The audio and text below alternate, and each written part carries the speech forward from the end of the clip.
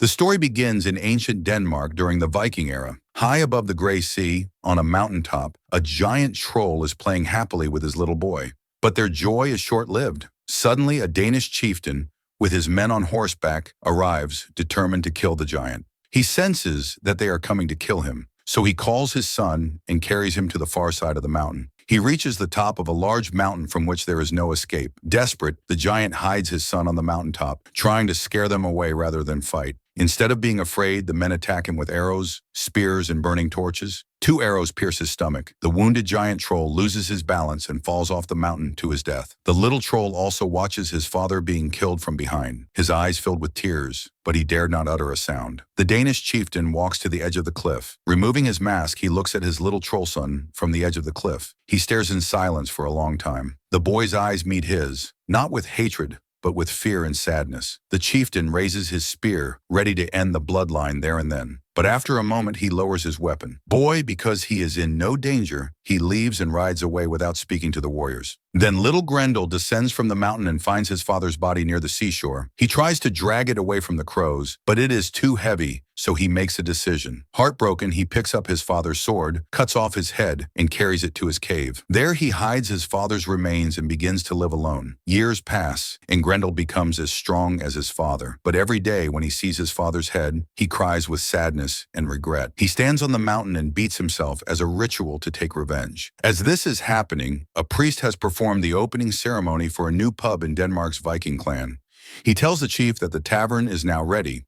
On the other hand, Grendel, who has been waiting to avenge his father's killer, begins to explore the area until he finds a small village where the people live. While a soldier was on guard, the troll from behind killed the guard. He then headed to the new tavern, where that night some Viking warriors were celebrating in the tavern, when the troll suddenly killed all of them in a brutal manner. The next morning, Rodgar, the chief of the Vikings, entered the hall. When he entered, he found that all the warriors had been killed and their heads had been cut off. Rodgar asked the commander where you were when this happened. I was in the village. Some warriors stayed here after drinking, but I don't know who killed them cruelly, he replied. The chieftain was shocked to hear that no women or old men were hurt. The scene shifts to the Vikings of Gateland, whose leader is Leo, a legendary Viking warrior. As usual, they set out to raid and plunder their ships. However, while on their voyage, bad weather forces them to stop near Denmark. That night, the commander called with a guard testing the troll. But as he moves forward, the troll suddenly appears and kills the guard instantly with 100 headshots. When the chieftain hears it and comes running, the troll flees.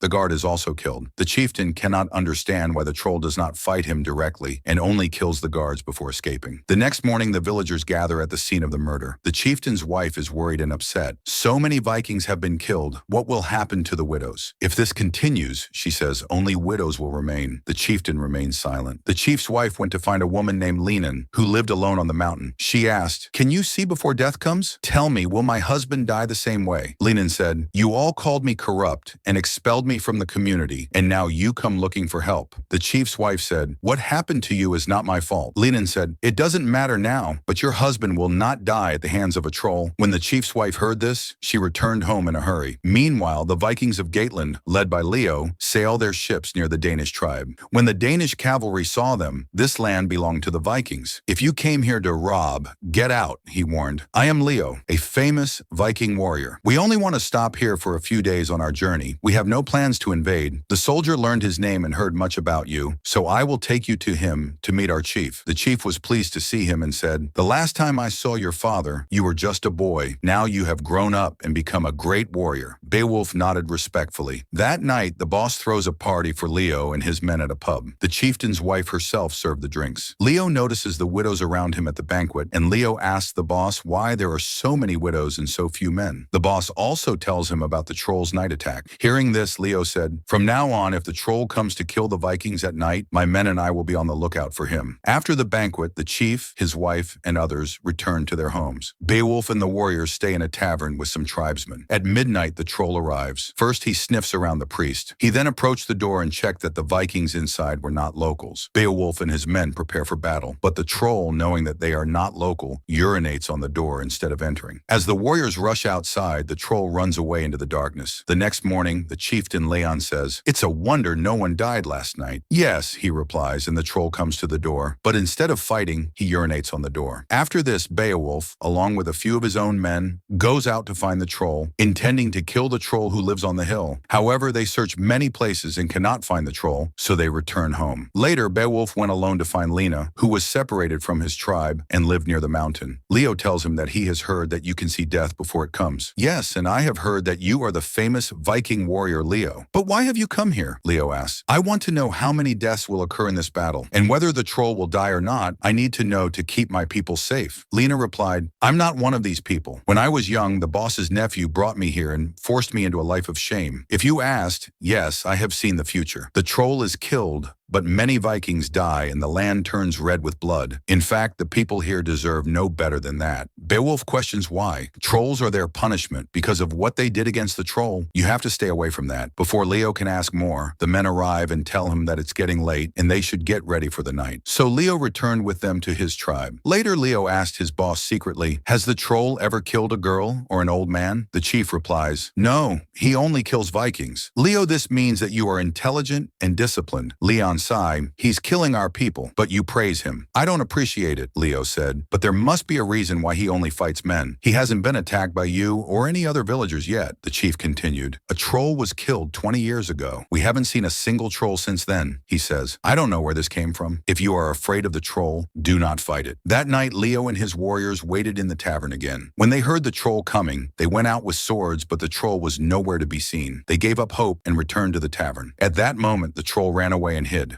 The next morning, Leo went to find Lena again and said, "Tell me, how can the troll be killed?" he asked. "Why don't you go home with your men?" Leo replied, "Before I go, I need to know how people get rid of this troll." Lena took him to her hut. Trying to find the answer, she threw the lucky bones on the ground. At that moment, Leo heard the troll's voice. He quickly left, but the troll ran as soon as he saw him. Beowulf mounted his horse and chased him. Before he could reach him, the troll climbed the mountain. Lena followed him. "Leo," he called the troll and said, "If you have courage, come to me. Why do you run away?" The troll answered him in his own way. Lena understood and said, "The troll is not a friend of the fight. You and your people did not harm him. That is why he did not harm you and your people." Hearing this, Beowulf returned to her hut with Lena in surprise. There he asked, "Then why does he rent this place?" "Lena, the chief's nephew, once forced me into a life of sin, but he died in my bed, and I was blamed for his death and expelled from the tribe. Since then, I have lived here alone. Many Vikings used to come every night to humiliate me, but since the troll appeared, none of them dared to come. That's why I didn't help you kill him. That poor creature suffered a lot." After he found out about this, he went back to his boss and told him, "By Lena, I spoke with the troll, who told her that the Vikings treated him very cruelly. That's why he took revenge." The chief seemed unconcerned. "I'll tell you about this later." When Leo was going to return to his people, he came across a crippled boy running around beating his children. The crippled boy chased the children away. "My father fought with the troll's father. That's why the troll killed all the men in my family. I know where the troll lives. You and your warriors can go there by boat and kill him." Hearing this, Leona's warriors boarded a boat and went to Trera, where the troll's cave was. They reached the beach with the cripple leading them. They climbed the mountain until they found the only entrance to the cave. A Viking slipped and was dragged down. After that, none of them dared to enter. Instead, they urinated at the entrance of the cave and returned to their boat. While they were rowing in the boat, a creature suddenly appeared from the water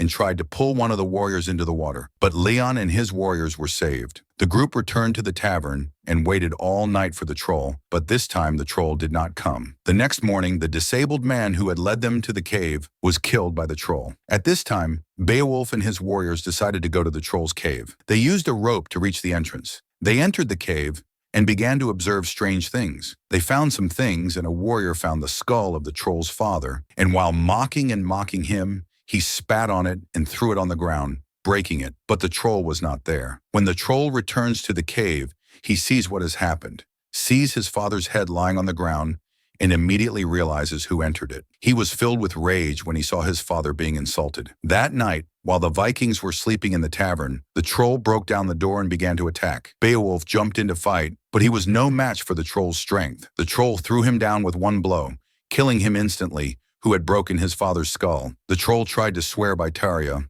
and Beowulf followed him and punched Beowulf when he tried to escape. The troll's hand was chained and the troll tried to free himself, but he couldn't. So the troll cut off his arm to escape, and he ran to the sea, but he fell down on the beach and died because he was bleeding so much. Suddenly, his body was pulled into the water by an unknown force. The next day, the Vikings burned the body of their friend. Beowulf said, "You only told me half the story. Now the troll is dead. Tell me the whole story." The chief lowered himself. "Once we killed the one troll's father without reason. Now we are paying the price." Leo replies, "Because of you, an innocent person was killed." But this troll never harmed an innocent person. The chieftain felt deeply ashamed of what he had done. That night, the Vikings hung the troll's severed hand in the hall and honored it. After that, most of them returned home. Leo went to see Lena. "As I said, the troll is gone, but you still have wounds that hurt." Then she tells her story. Years ago, the troll had come to her. He had been with her once, but after that, he never touched her again. Strangely, the Vikings stopped harassing her.